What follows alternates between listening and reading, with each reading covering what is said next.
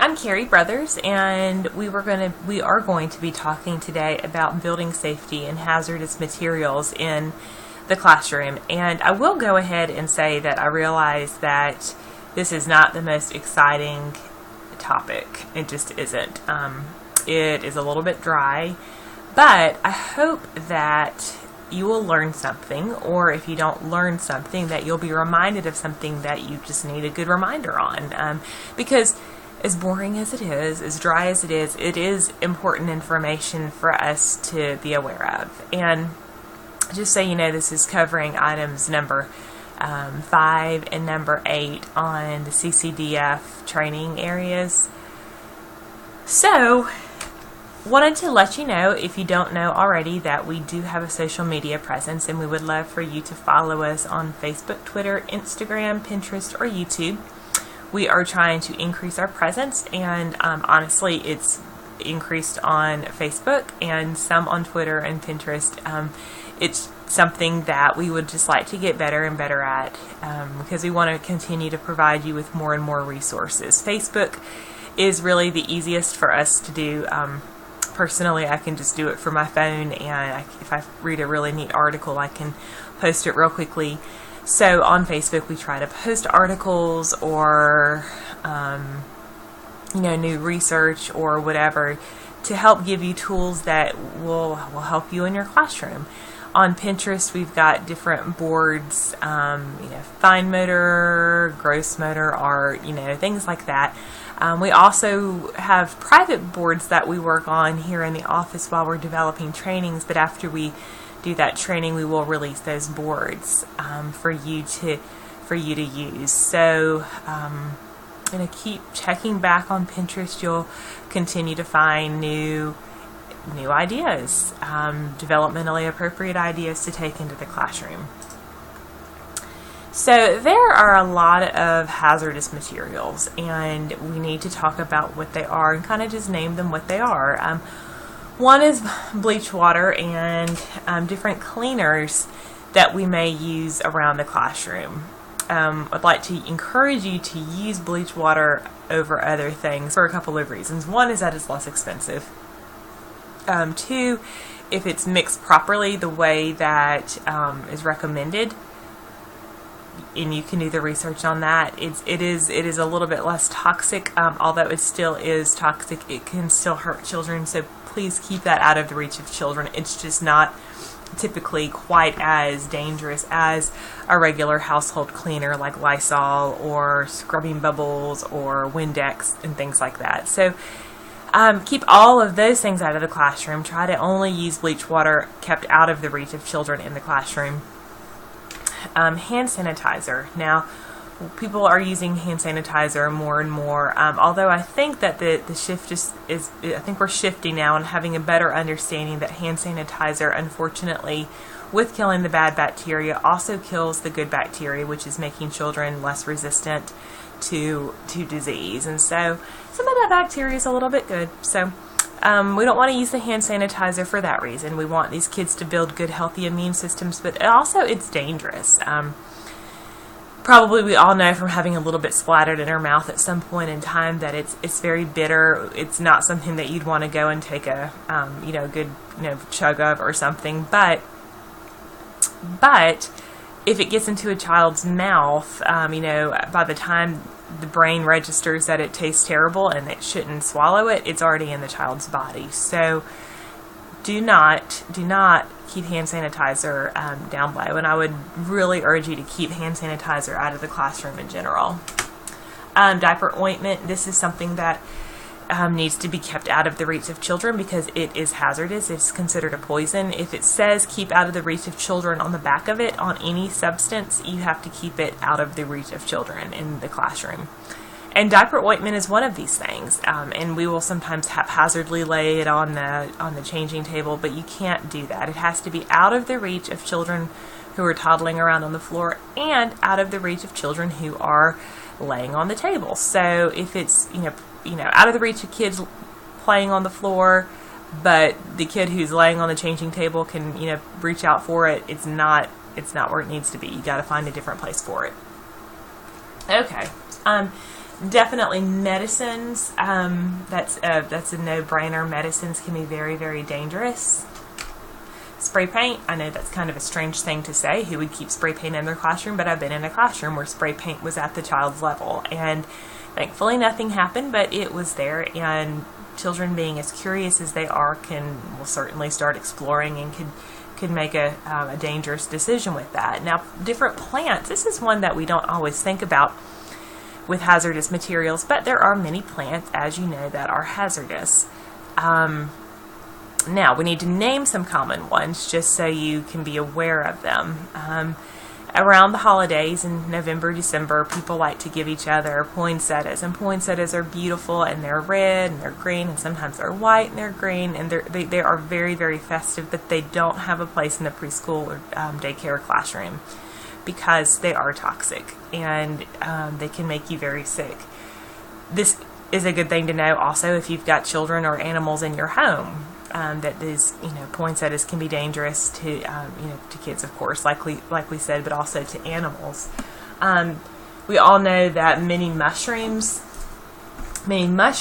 are also deadly. And even though a child may eat the, grocery store variety at home and they're safe, they need to know that going and picking one off the playground after a heavy rain, the next morning when they all start sprouting up, that's not acceptable because it is dangerous. So you have got to teach them and be aware of their presence and get rid of them if they are there. Many berries, wild berries that you may find, particularly again in kind of the cold weather. I think about the holly berries and things like that. Those are very dangerous to children.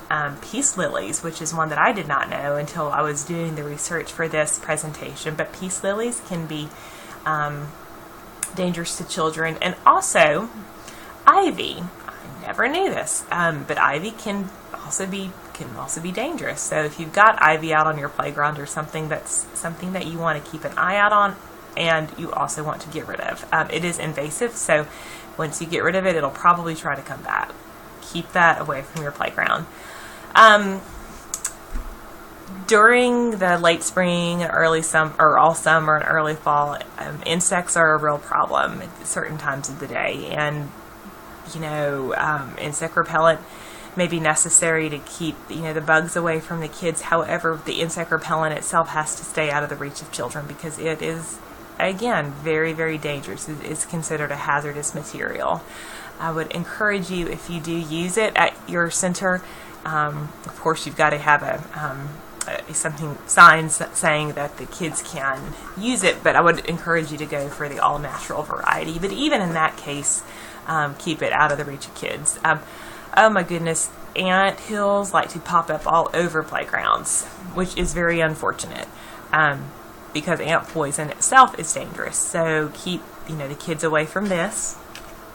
Sunblock, when you're spending a lot of time outside, you got to protect young skin, you got to protect your skin, and sunblock can be very dangerous. Whiteout, not really sure who uses whiteout a whole lot anymore, but you do see it on desks. If you've got whiteout on your desk, know that it needs to leave. It needs to leave your classroom. And again, any substance that says keep out of the reach of children, you have to keep out of the reach of children, okay? You just do. You've got to keep those kids safe. I have plants on there twice. Another one, kind of embarrassing, but is animal poop. If you've got a playground and you're in an area with a lot of animals, dogs roaming, in the afternoons or at nighttime, or, deer or squirrels, birds, things like that.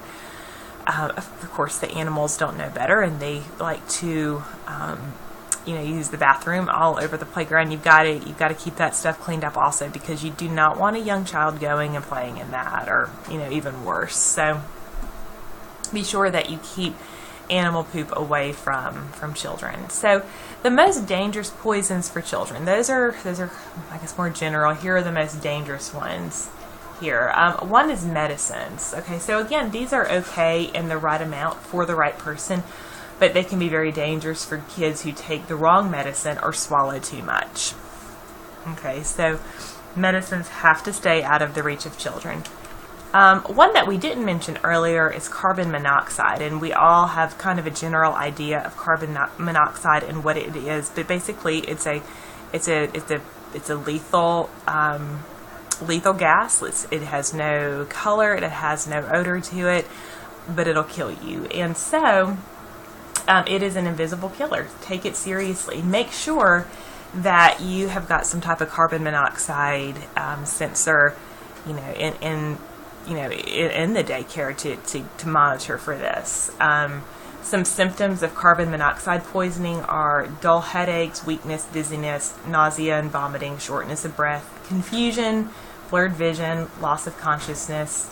Now, these are all things that can also be symptoms of other illnesses like the flu or the stomach virus or a cold or things like that. But if everybody is feeling sick all the time, you've got something going on that you need to address, and carbon monoxide might be the culprit. So you've got to keep an eye on this.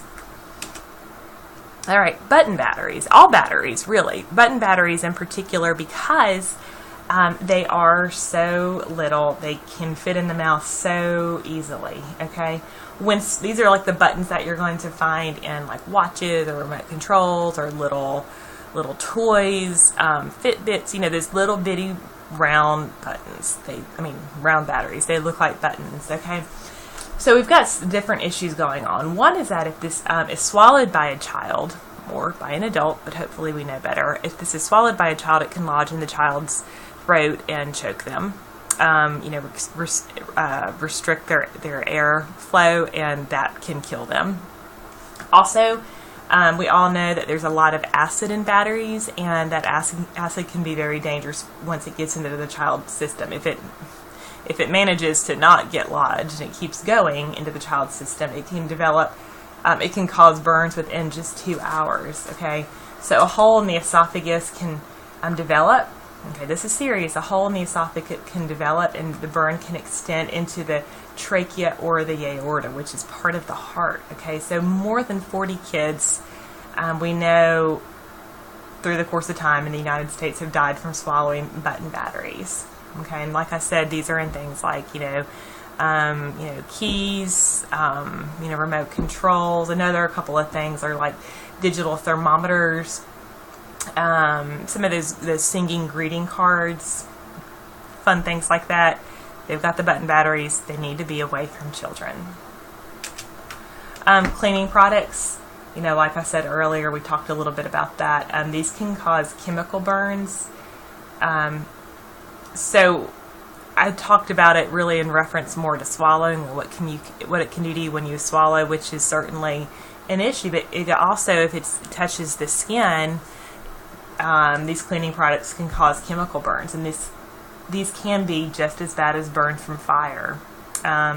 Products that cause chemical burns include things like drain openers, toilet bowl cleaners, rust removers, oven cleaners. I don't know why you would have an oven cleaner in your classroom, but just so you know, it's not just swallowing and it's dangerous. It's also just having some type of physical contact with it can be dangerous. I hope that you are not using your time in the classroom to paint your nails and do manicures, but just so you know,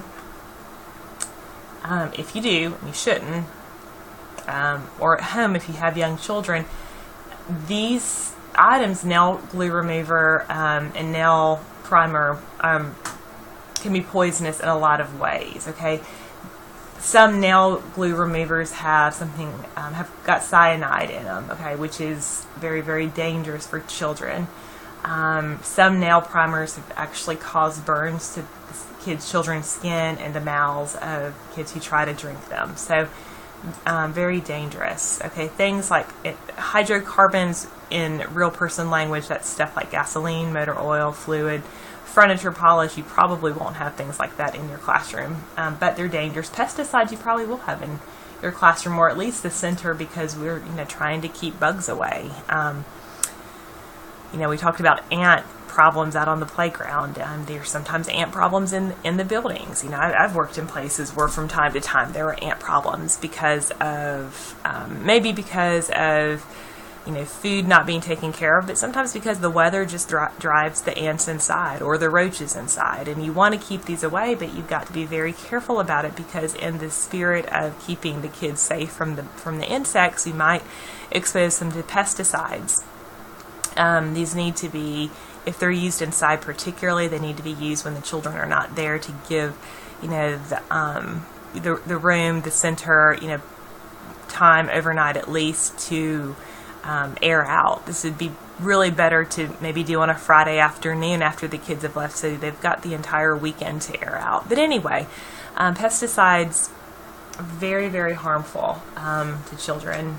Wild mushrooms, we talked about this. Alcohol, and I'm talking about the drinking variety, and then also like the rubbing variety, both very dangerous. Obviously, we're not going to give children what adults might actually drink and should not be drinking at all in the classroom. But we also sometimes might keep rubbing alcohol close to us for cleaning off sores or things like that. Just don't have it around. It can, again, like the hand sanitizer, go very bad very fast. They could, see something, think it's a water bottle, take a swig of it, and by the time they realize that it tastes bad and they shouldn't be drinking it, it's already into their system. And then topical medicines, things like hydrocortisone and Benadryl cream and things like this. Even diaper rash ointment, which we talked about earlier, these can be very dangerous, and we tend to not be as vigilant with these as we are with the oral medications, but they can be very dangerous also, because if you don't need it and it's put on your skin, it can be dangerous, but also children might mistake topical medicines as toothpaste or something like that, and they may put it in their mouth, and that's very, very dangerous. Another thing, and probably this is not going to be a major issue, but I do want to mention it, there are some arts and craft materials that can be toxic. Now, probably it would be hard to find these, or you probably are not going to pick these up when you go to the store to bring into the classroom, because you're going to be bringing in tempera paint, from Hobby Lobby or Michael's, or Crayola markers or crayons or things like this that are, very, very kid-friendly and kid-safe. You do need to make sure. There are stuff that you may want to bring in for holiday projects or something, and you need that are out of the ordinary, and you need to make sure that they are safe to have kids around. And while I was preparing for this presentation, I discovered that there's actually something called the Arts and Crafts Materials Institute, which rates arts and crafts materials on their safety, and there are two different labels they use. They have the approved product, which contains no materials in sufficient quantities to be toxic or cause injury to humans. Okay, and then we've got the cautionary label, which says that these materials need to be properly labeled to any known health risk. Okay, so when you are looking for products to use in your classroom, you're going to want to look for that AP label, and you'll see that at the bottom right-hand side of your screen. Okay, that's the one you want to have. Those are the ones that are safe for kids. Okay, so where are hazardous materials found? We said this earlier, on diaper changing tables, right? That diaper ointment, that can be very, very dangerous. Keep it out of the way of these kids. Underneath the bathroom sink, or underneath the sink in the classroom, or something like that. That's just kind of an instinctive place to put cleaning materials, but you can't do it. You can't do it. So keep the cleaning stuff out of the underneath the sink. I was in a classroom once, and I was just sitting at the teacher's desk while I was observing, and the teacher's purse was sitting there, and I really was not snooping, but I just happened to glance, down, and saw in her purse some prescription medicine sitting at the very top. Okay, guys, you got lots of stuff in your purses that is dangerous. I mean, I can think about, probably 2 or 3 things in my purse right now that would be potentially dangerous for children. So you need to keep purses out of the way. Okay, purses need to be up and locked, or maybe left in the director's office. But kids love to go through purses. All three of my daughters love to go through my purses, relatives' purses, strangers' purses. They just love to go through purses. So keep purses out of the way. Things you might have in there like your hand sanitizer, or lotion, or makeup, or medicine, or any number of things that you've got in your purse. Keep it away from children. Keep them up. Keep them locked up. Okay, so the parents may actually put hazardous materials in backpacks, not even thinking about it, not even thinking about the potential danger. They may put a thing of sunscreen in a backpack in the name of keeping the child's skin safe, or bug spray, or diaper ointment, or Tylenol, or name it. But you need to remember that these things are toxic. Okay, they need to be kept out of the reach of children. And if you're dealing with most of this stuff, you actually do need to have it a signed waiver saying that it's okay to administer it to them under certain circumstances. But just know that if you've got backpacks hanging there, there's definitely potential for a child to toddle in and go through a friend's backpack and find a thing of sunscreen or bug spray and start playing with it. So make sure that is not going to be an issue.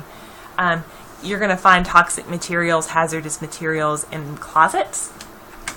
You may find it on the playground. We talked about the animal poop earlier. That would be a hazardous material. But also, if you put ant poisoning out on the ant beds, that's going to be out on the playground. So you've got to think through what you're going to do to help the kids know to stay away from that. All right, I'm having a hard time getting to my next slide here. So,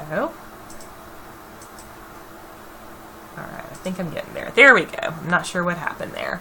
All right, so storage of hazardous materials. Don't have unneeded hazardous materials at the center, okay? If it doesn't need to be there, leave it at home, or ask the parents to leave it at home. There's no need to have potentially fatal stuff at the daycare if you just don't need to have it there, okay? Just don't have it there.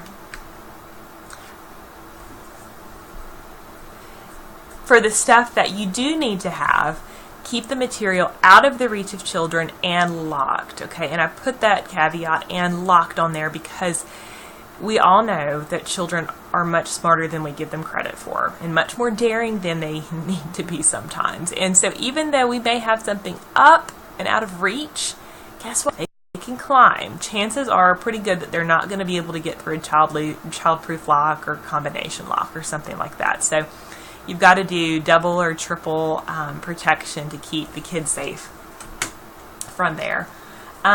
If possible, keep poisonous materials not just out of reach of children, but actually out of reach of children in the office and locked away in the office. And that may end up including your purse. It needs to be up and locked, and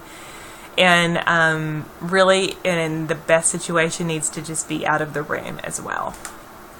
Okay, so some different precautions, and these I know are pretty commonsensical, but we're just going to say them anyway just to make sure we're all on the same page.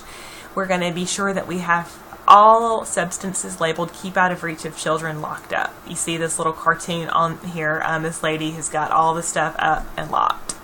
Now, I would say if she is working in a daycare facility right here, she's probably actually got more chemicals there than she needs. But they are up, and you do see that she's got a lock on the cabinet there. So you need to make sure that you do what she's doing. Purses with teachers' medicines need to be locked up. Bleach water doesn't necessarily need to be locked up, although it certainly can be so. It does have to be put up high and out of the reach of kids. Another precaution is we want to be sure that we don't spray that bleach water on any surface if the kids are nearby, because we don't want to have them inhaling it.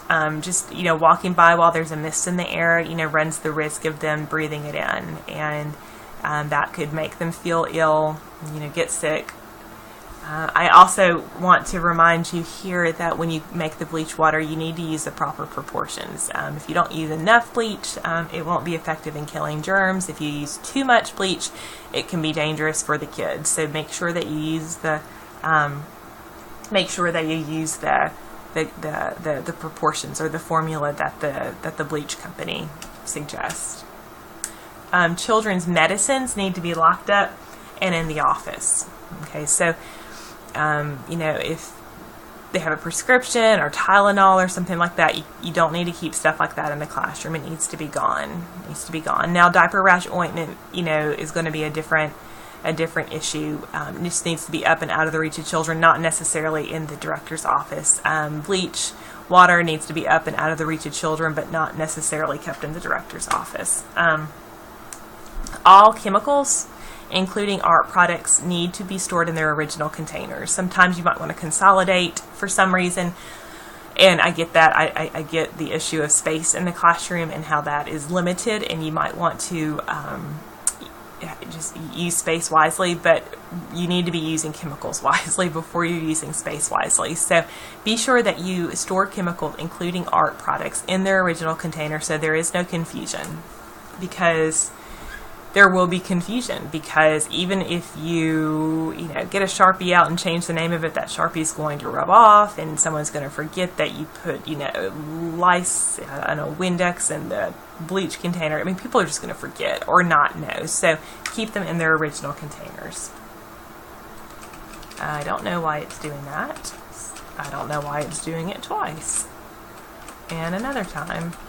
Okay, I think we're going on. Okay, so an issue now is disposing of these hazardous materials. How do you get rid of them? Because obviously, you're going to have to get rid of some of this stuff. I am going to suggest to you that you need to dispose of anything hazardous outside of the classroom where children cannot reach it. So, if you are finished with a diaper rash ointment, okay, or toothpaste, if your kids brush their teeth at your center, and toothpaste I think is considered one of those keep out of reach of children things. If there's an empty tube, don't just throw it in the classroom trash can. You need to throw it in a trash can outside of the classroom, because you know how it is. I know how it is. I've been in the classroom before for several years. Kids, little bitty kids, love to dig through trash cans. So you throw away an empty tube of diaper rash ointment or an empty tube of toothpaste, and it's empty, but there's still residual stuff in there that we don't need getting into the child's mouth or eyes or skin. Clorox wipes, things like that, if you use them, those need to be really gotten out of the classroom as soon as possible. If you do, for some reason, have to get rid of any type of liquid cleaner, it needs to be flushed when the children not around, preferably. It needs to be flushed down the toilet. It needs to be gotten rid of that way. We don't want the kids to get into it. It needs to be gone, and we want to be environmentally savvy as we're also trying to keep the kids safe. All right, so we're going to switch gears here and talk a little bit about building safety. So let's go outside. I know that this is asking a lot. I've been in daycare before, and I understand that there's just so much going on. It's hard to do everything, but you need to keep an eye on the safety of the playground. Really, almost every day you need to check. Just do a walkthrough of the playground every single day. Check for broken equipment, broken glass, large sticks, animal poop. Probably equipment is going to be fine day after day, but you never know. There may have been some, rowdy teenagers that came and played over the weekend and messed something up, or left some broken glass out on the playground that needs to be gotten rid of. Okay, any type of tripping hazard like a large stick you can get rid of. Animal poop needs to be disposed of properly.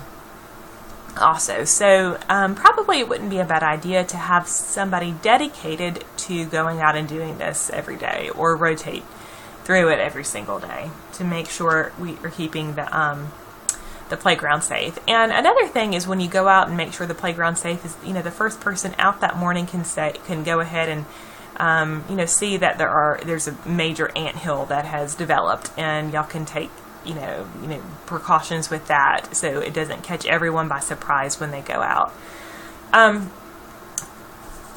So playground supervision, because we're trying to keep the building safe. We want to be asking ourselves, as far as keeping the kids safe, can I see all the children?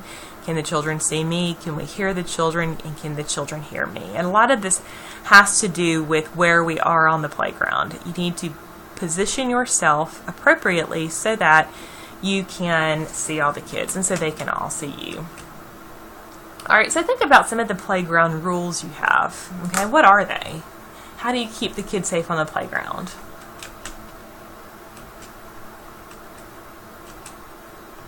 I don't know why that's doing that over and over. Okay, so some major indoor hazards. That was kind of outdoor things we need to be looking for outside, but some major indoor hazards.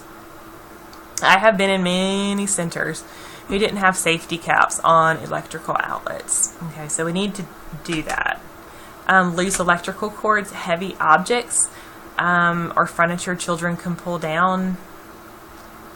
You need to make sure that furniture is bolted down so that the children, especially the top heavy stuff, so the children don't pull it over. Medicines, of course, and cleaning materials not being locked away, which we've just spent a lot of time talking about. Pot handles on stoves accessible. This really shouldn't be an issue in the classroom, but it can be an indoor hazard. If you have a daycare home, kids are in your home, that really may be an issue. Stove controls accessible, that is an issue. Water temperature being too hot in the bathrooms, when kids are washing their hands. That's not good. We don't want burns through washing hands.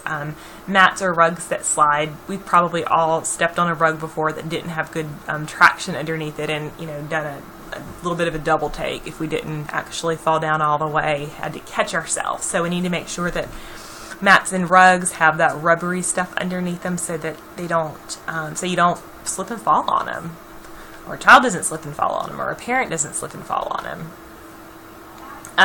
Open stairwells being accessible is also an issue. And depending on what type of building you're in, the stairwells, sometimes you just have to deal with stairwells based on how the building was built. And a lot of churches have this problem in particular because, they were built to be a church, and there's just lots of stairs. And so you've just got to take precautions in keeping the kids safe on and around the stairs. Play areas in front of doors can also be an issue. I'm not sure why on this particular transition it wants to go through it 100 times. I apologize for that. So we're about to hopefully go on to the next slide here. And this is on indoor safety.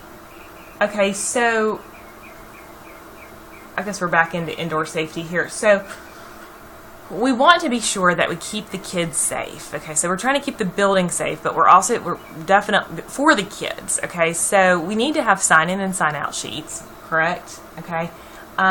When you're moving kids around the building or around the premises, you need to be counting all the time. Okay. You need to have simple rules. Well, actually, let's get back. We need to make our environment safe inside, also by keeping doors closed and pathways cleared. Have simple and easy rules for the children to follow, like walk inside, use quiet voices, and things like that. All right, so major outside safety hazards. Tools not meant for children's use are accessible. So for instance, there may have, I had a Facebook notification pop up there. So for instance, if there is some work done on the playground over the weekend, somebody may have left a shovel there, or heaven forbid, like an axe there, or something like that. Somebody may have left something out inadvertently, which of course the kids are going to be curious about, and you got to watch out for things like that. things, any substance labeled keep out of reach of children, not locked away. Of course, that is a safety hazard.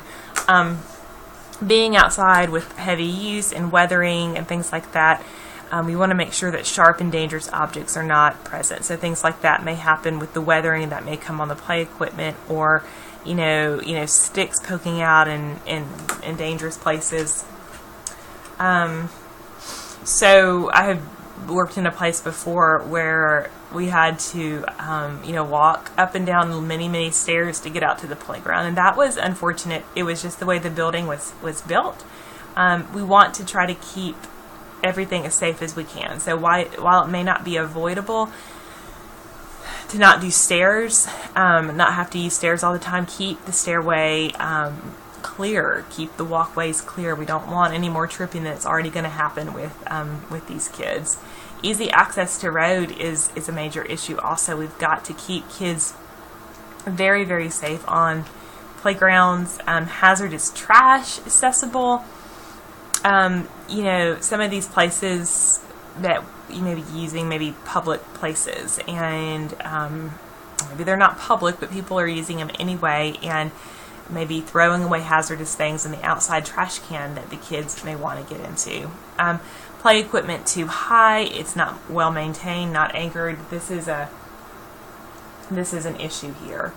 Another thing I've got on my notes here is to be aware of jewelry, things like jewelry, scarves, and drawstrings on the playground, because we want to avoid strangulation, because play equipment does pose a threat of entrapment. It's unlikely. Many of these things, most of these things that we're talking about are unlikely, and we obviously cannot keep the kids in bubbles, but we do need to do our best to try to keep them safe. So if a child does have on some type of jewelry or drawstring, hoodie or something like that, just keep a little bit of a special eye on them to make sure that they don't get themselves strangled up or trapped in or something like that.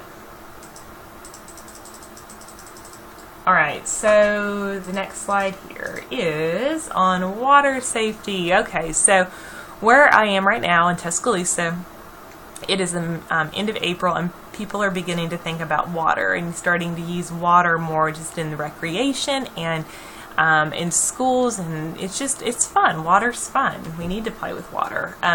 But it does require extra vigilant attention. So here are some water safety things that you need to be aware of as you use the water in your center setting. One thing, if you have any type of water, you need to have at least one staff person with current pediatric CPR certificate and current first aid certificate, and they have to be in the waiting area where the children are. So always, if you have on the plan that the kids have to go outside or get to go play in the pool that day, and I guess everyone really in your center should be certified in CPR, but for some reason, it's that the person who's certified in CPR isn't there, we can't go in the water. Okay, and really everyone should be certified in CPR, so that should not be a major issue. But you need to also be sure that you have at least 2 staff in the at each waiting structure at all times, because you have to have lots of eyes moving around to make sure that the kids are safe all the time. Clean water needs to be provided daily. So if it's one of those little waiting pools that you get from Walmart or Target or something like that, that needs to be dumped every single day, really needs to be cleaned out, sanitized, and then clean water needs to be put in the next day.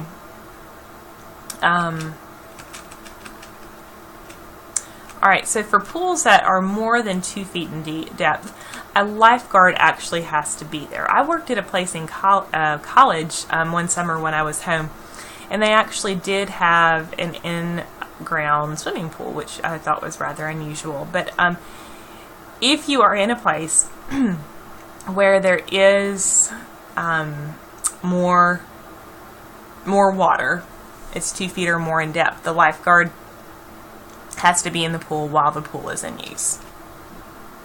And every lifeguard has to have a Red Cross lifeguard training certificate, current first aid certificate, and current pediatric CPR certificate. So this person's going to have lots of certificates, and it's all in the name of keeping these kids safe. All right, so the bottom line here is we just never want to leave children unsupervised around water, okay? Because children do drown in water. You hear about it every summer. It's not super duper common. It doesn't happen, every day, everywhere, but it happens enough, and even happens in our communities enough to know that it really is an issue. And we probably all know somebody who had a child to drown or almost drown, and it's scary. So never leave children unsupervised around water. So a couple things here you need to know is among preventable injuries, drowning is the leading cause of death for children between 1 and 4 years old. So this is the age range of kids that you're going to have around water. Okay? Among preventable injuries, drowning is the leading cause of death for children 1 to 4 years old. Don't let it happen. Don't let it happen. And this is interesting. Children less than a year are really more likely to drown in a bathroom or in a bucket. Okay, now we all hear that it takes less than, we'll get to that in a second, I guess, less than like 2 inches for a person to drown, and it's true. We'll talk about more of that in a second. But a couple of reminders here is that you have to have parent written permission in the child's file for children to participate in swimming or wading activities. If you don't have that permission, you can't let them play in water. Ratios have to be determined by the age of the youngest child in the pool. Lifeguard cannot be counted in the child staff ratio. So when you have a wading or a pool of more than 2 feet, you have to have the water staff child ratio, and you have to have lifeguards in addition to that. To be counted in the ratios, the adults must meet child care worker for qualifications and should actually be in the pool. So this means that if you have a parent volunteer, they are not going to count as a person in the ratio. It is workers who meet these qualifications, not volunteers. If any part of a child's body is in the pool, you have to consider that the child is in the pool. So you cannot say, okay, kids, sit on the side and dangle your feet in while I sit over here. If any child's foot is in the pool, then an adult needs to be in the pool with the child. This is what I was trying to get at earlier. Just a reminder that children can drown in less than 2 inches of water. I said earlier that there, of children, under a year, who drown most of the time, it's going to be in like a toilet or a bucket of water. And this happens. I was Googling or YouTubing information on this and really did not find a whole lot of good video footage. Oddly enough, what I did find was children drowning in buckets of waters in countries that are not the United States, and I don't understand the language, so I could not find a good video to show y'all of a news clip of this or something. But there's just plenty of information about how even mop buckets are dangerous for this reason. And as far as mop buckets go, I just need to point out that if you're mopping, probably the mop bucket has got some type of toxic chemical in it also, which needs to be away from the children. So mop buckets don't even need to be accessible. All right, so water ratios. You'll notice the differences here. So up to age 2.5, the staff-to-child ratio needs to be 1 to 1. One staff member for every one child. For ages 2.5 to 4 years, it needs to be 1 to 4. From 4 to 6, it needs to be 1 to 6. And from 6 and older, it needs to be 1 to 10. Okay, so if you have, if the kids are in water more than 2 feet deep, these are the ratios you need to have. And this was found in the DHR state minimum standards if you need more information about that. All right, for water structures that are less than 2 feet deep, that was all for more than 2 feet, but for water structures less than 2 feet deep, one staff person with current pediatric CPR and current first aid certificate must be in the waiting area. 2 staff must be in the waiting structure at all times. Clean water needs to be provided daily. We've actually already said all this.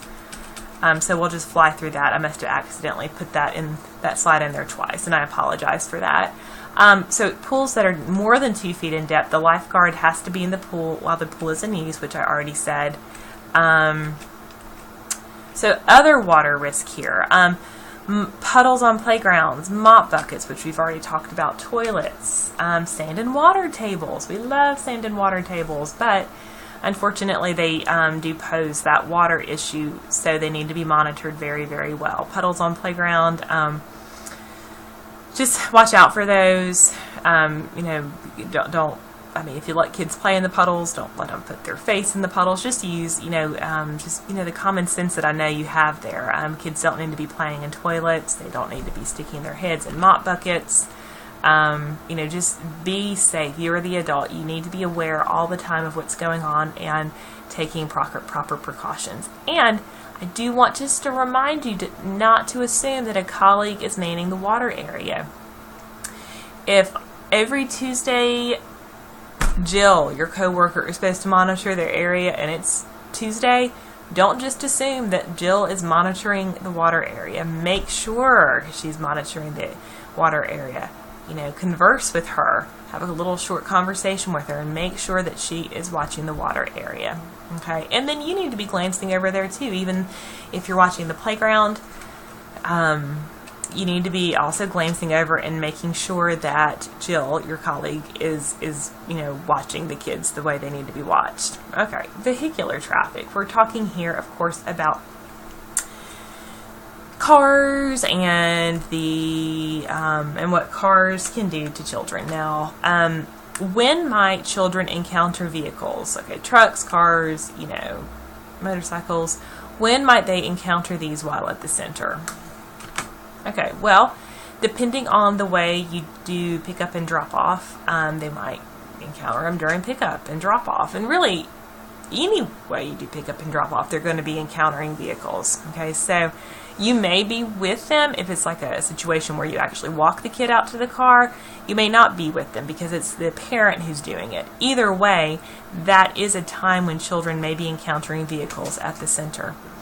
I've been in places before that have been good places, but because of the way they were built, they had to cross a parking lot to get to the playground, which is a little bit nerve-wracking, but they may encounter vehicles while at the center because of that. Or on field trips. Okay? So those are very real possibilities there that we need to consider and we need to think through as we're developing policy and procedures in the center. So some dangers in these is that you may be walking the kids across the parking lot to get to a playground, and the child may bolt from the group and get in the way of a moving vehicle.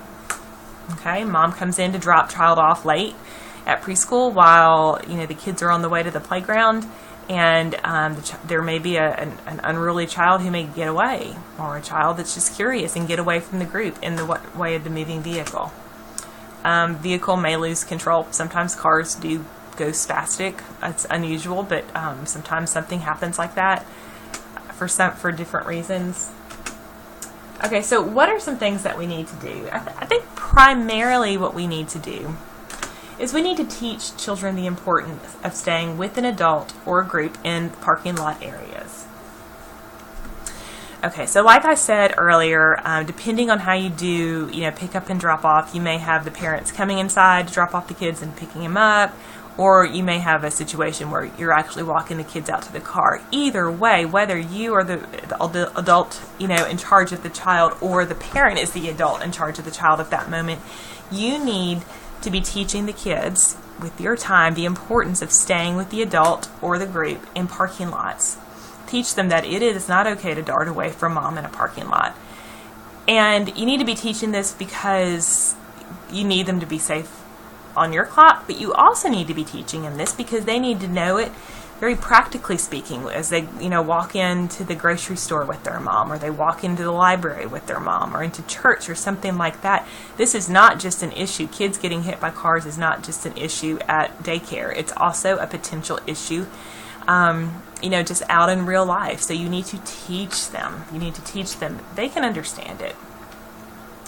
All right, if you have to take the kid through a parking lot, try to do it at low traffic times. So probably at 7:45 in the morning when everybody is dropping off their kids, or at 4:30 in the afternoon when everyone is picking up their kids, is not the right time to walk the kids across the parking lot to get to the playground. Okay, you want to do that during less busy hours. Okay, this is very, very practical, just very simple stuff, but good reminders.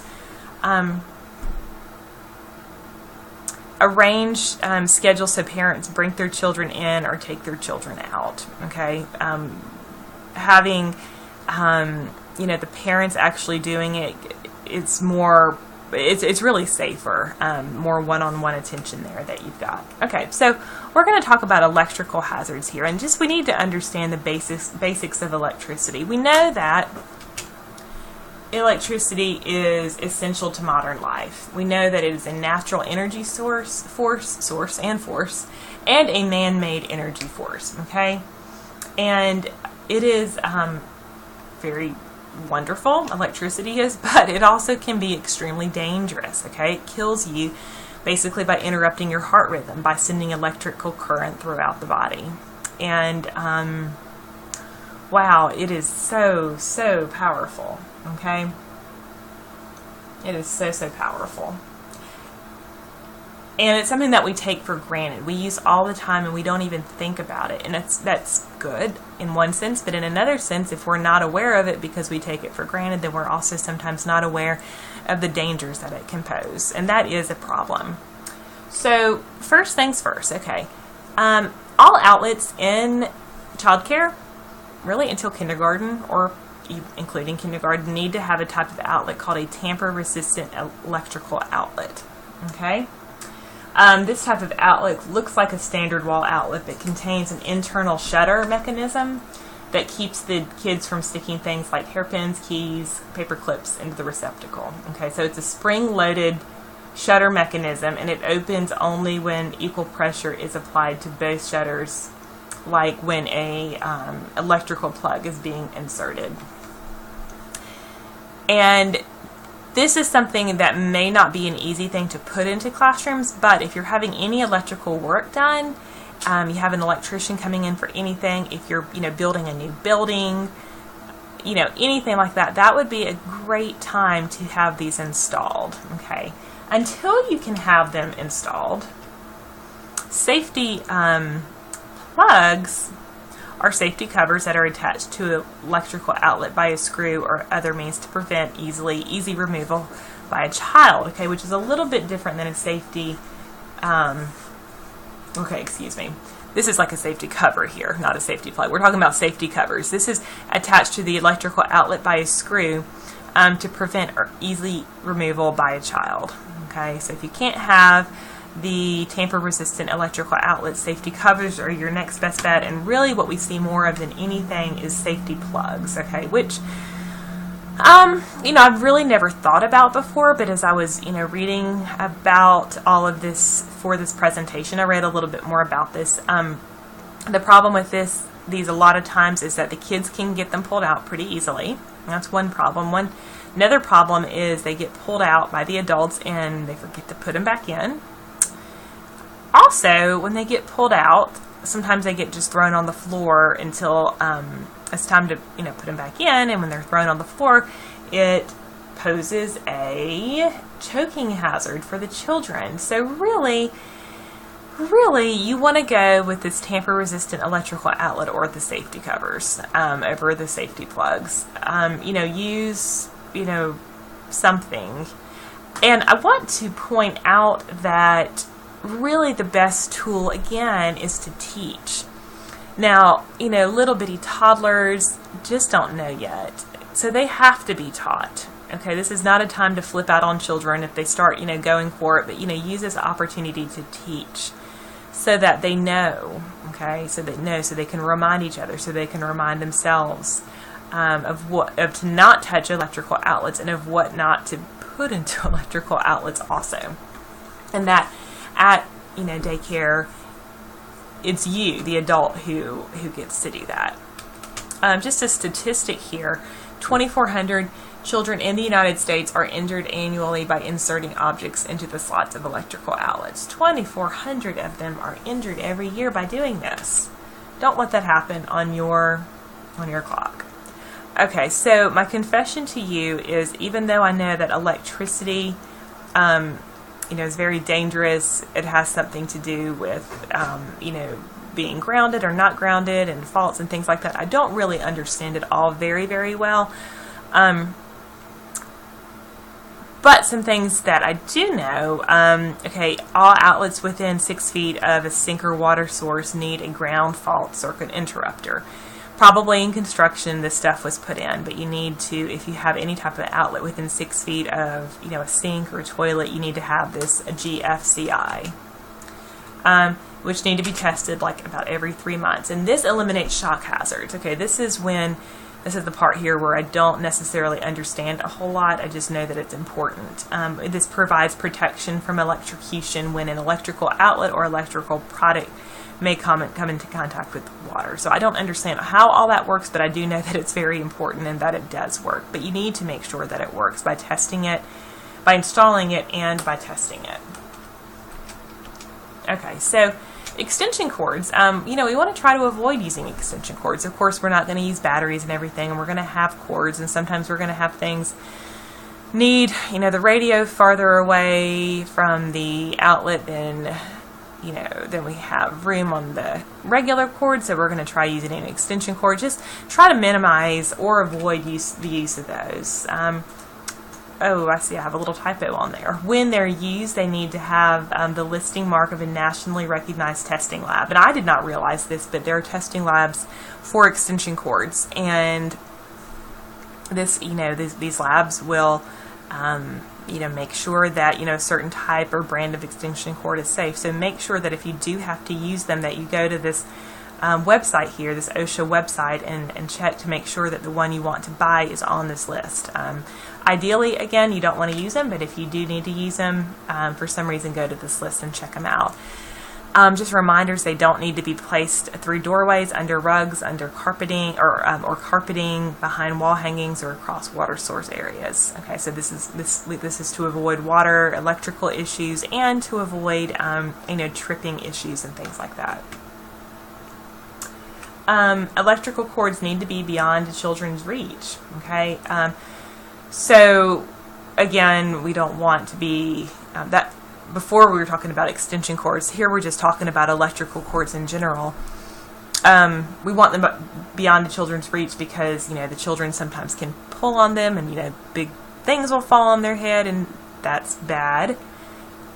Another thing is that the younger children may start chewing on the cords, which is very dangerous because if they chew through the cords, there is risk of shock or electrocution, which could result in severe disfiguring, mouth injuries, or really potentially death. So keep those electrical cords away from the children, okay?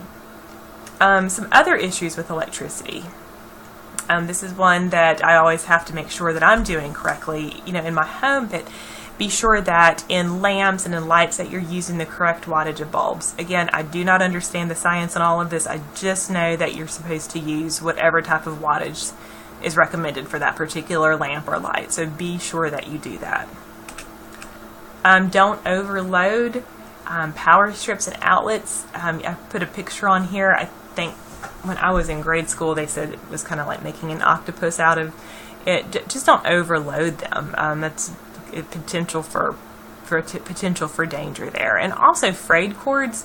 Oh my goodness, if you have frayed cords, just get them out of there. What I mean by frayed cords is when the plastic or rubbery coating on the outside of the actual cord gets worn off by some means. You just need to get rid of them when that's an issue. Some people may say pull out the electrical tape and wrap it around, and that may be a possibility at home, but I'm just going to advise you that in the classroom, when you've got so many young children around, if you have a frayed cord, just get rid of that item, okay?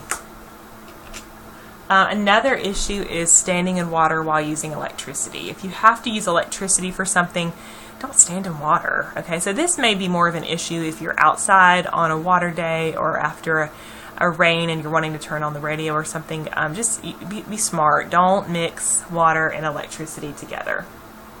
Okay, so that pretty much wraps it up, and these are 3 of the sources. There are a few others, but these are 3 of the big sources that I got my information from that you may want to check out for more information.